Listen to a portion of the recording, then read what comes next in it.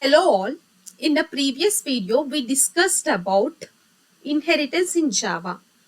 In this video, we will talk about the rules for using inheritance. Okay. Now, in the examples we have discussed in the previous videos are like we have defined shapes, right? Like circle, triangle, and amoeba. So if you see, like let's use this easier relationship. So inheritance follows easier relationship. So what is mean by this easier relationship? So what happens is whatever the subclasses we define here, this is the superclass and subclasses, right? Square is a subclass is of type superclass, okay, which means that subclass is a superclass. So when I say subclass is a superclass, square is a shape, circle is a shape, triangle is a shape, and amoeba is a shape. So when you spell this square is a shape, it makes sense and it is relevant as well, right? Square is a shape, right? Because square is a shape. And let's see the another example also which we have discussed. Panther Man is a superhero. Fried Eggman is a superhero, right? And even when you talk about the doctors as well, family doctor is a doctor and surgeon is a doctor. So in all the examples we have discussed, tiger is an animal and dog is an animal. So in all these examples, what we found is whatever the design we have done, our superclasses and our subclasses are following this easy relationship. So all our classes are following the easy relationships, and that's where inheritance worked fine. Now let's see another example. So circle, triangle, all these shapes are related. So what you can say here is these all classes are related, like square and shape are related. These are related, but these are related via inheritance. These are related via easy relationship. Let's say bathroom, like if you consider another example, bathroom and tub. Now bathroom and tub are related, both are related, but let's see whether let's check whether those are related via inheritance or not. Now let us say that let us apply this easy relationship for bathroom and tub example. So let us consider bathroom is a superclass and tub as a child class. Okay, superclass and subclass. Now when I read is a relationship, tub is a bathroom. This is what like when you relate bathroom and tub classes via inheritance, and when you apply this easier test, does it make sense or is it relevant? No, right? When you say tub is a bathroom, it does not make any sense. Now usually in the tub you have water bubbles. Now tub and water bubbles are related, that has some relationship. Those two classes has run some relationship. But when you apply this easy relationship, whether it makes sense or not. If you say tub is a superclass and bubbles, when you read bubbles are the subclasses. When you apply ease test, bubbles is a tub. It does not make any sense. So whenever you apply inheritance relationship, the first and the foremost rule you should apply is this easy test. If that is relevant, then only go and use the inheritance relationship. Now here, for bathroom, tub and bubbles example, these are all the three separate classes and these are related, but when I apply inheritance test, it did not pass through. So let's see another thing, has a relationship. Okay, now instead of is a, what you can do is you can apply has a. Now bathroom has a tub. It makes sense, right? Usually bathroom has tub and tub has bubbles. It makes sense. So instead of is a, if you use the has a relationship, it makes sense and it is relevant and the design also works fine. Now here, how to use this has a relationship? Whenever you use is a relationship, what we have to do is we have to use this extends. So your subclasses extends the superclass. Using this, you can use the inheritance relationship. For the has a relationship to work, what you have to do is you have to define the instance variable. You have to define the class as an instance variable. So here bathroom has a tub. So bathroom has tub instance variable. Bathroom has sink. So bathroom has instance variable sink. And when you see about bubbles, stub has instance variable bubbles. So when two classes are related by a has a relationship, you define the another class as the instance variable. Then it works fine. Now let's see another example. Okay, so in the previous example, we already discussed about animal example, right? So here animal is the superclass and canine extends the animal and it has overridden the row method, and then wolf extends the canine and it has overridden the make, noise and eat of methods that are present in the animal class. Now here if you see, canine extends animal, right? Canine extends animal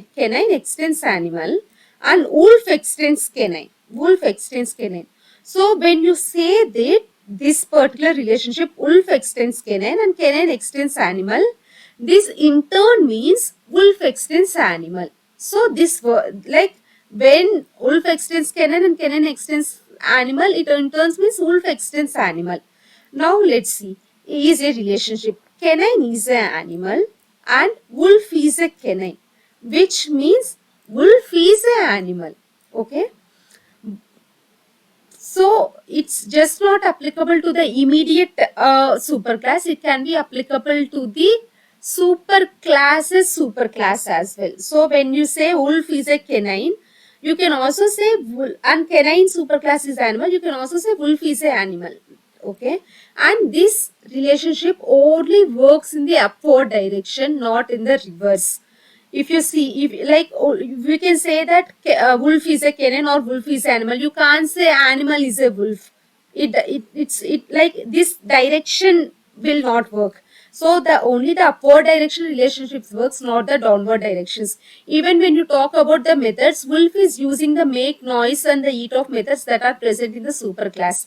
Let's say you define a separate method. In the family doctor example, what we have done, we have defined make make house calls in the family doctor examples. Now if you like, now when make house calls is present in the family doctor method, this relationship will not work. Doctor can't use make house calls method. Family doctor can use treat patient method, but doctor can't use make house calls method.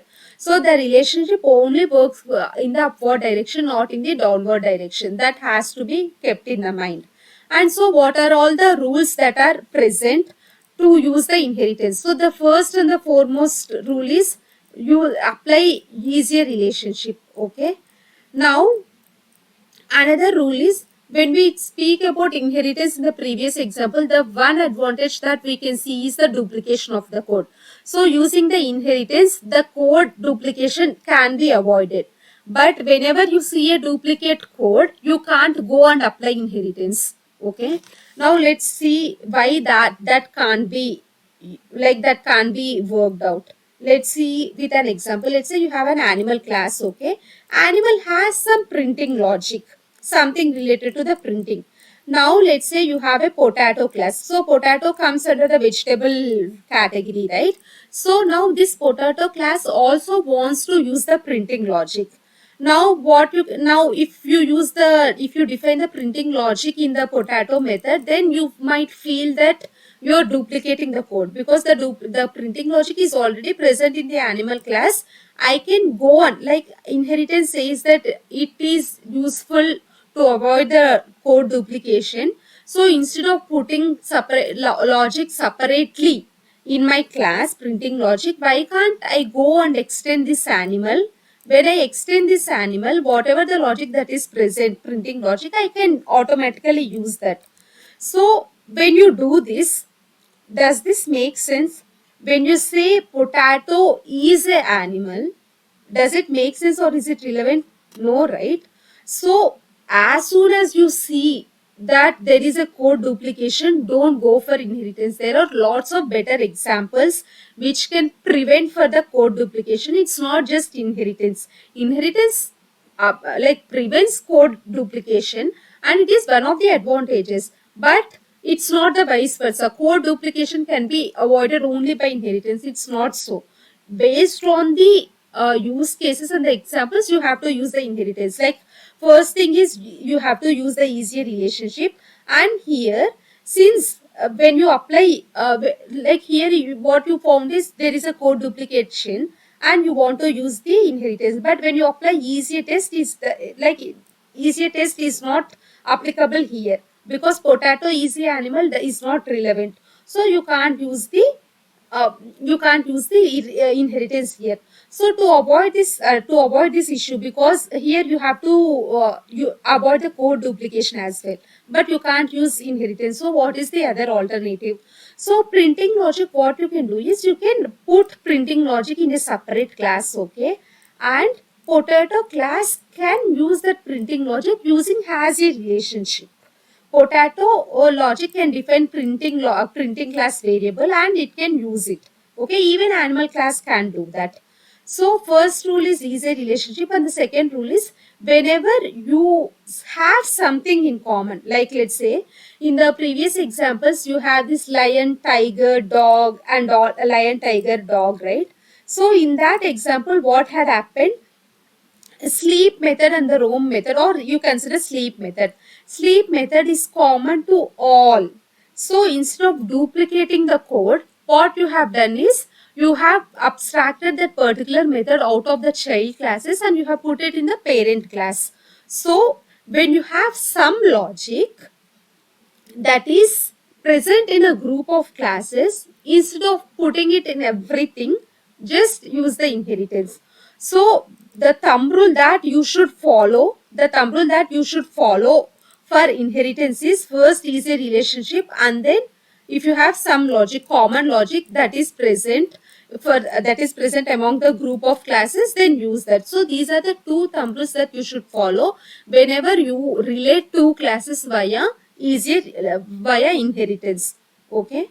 Now one more thing is, what are the advantages that inheritance brings us? One is the code duplication, because if you see this animal example and all, what happens is here sleep logic is common for all, and then instead of putting sleep of method in each and every class, you have put it in the parent class. And one more thing is, let's say you want to change sleep logic.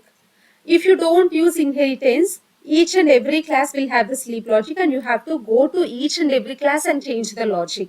But here, since you have abstracted out, you can change logic only in this particular sleep of method. Okay. So with the help of this inheritance, you can make changes easier.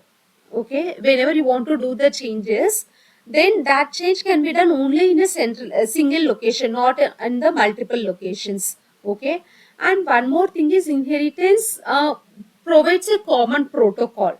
Now if you see, this is a super class, right? So what you can do is, by looking at this super class, you can say whatever the child, like let's see, you don't know about the child classes, and by looking at the super class, what you can say is, all my child classes makes noise, all my child classes eats, all my child classes sleep, all my child classes roams. Though the behavior is different, though the way they behave is different, but they have all these behaviors. So by looking at just a super class, you can say that you can provide a common protocol for all these child classes. By looking at just the parent class, you can say what all the behaviors that all these things can have in common. Okay. And one more thing, what we have discussed in the previous video is inheritance. By using the inheritance, all the subclasses, they use the members of the superclass, which means that they use both instance variables as well as the methods.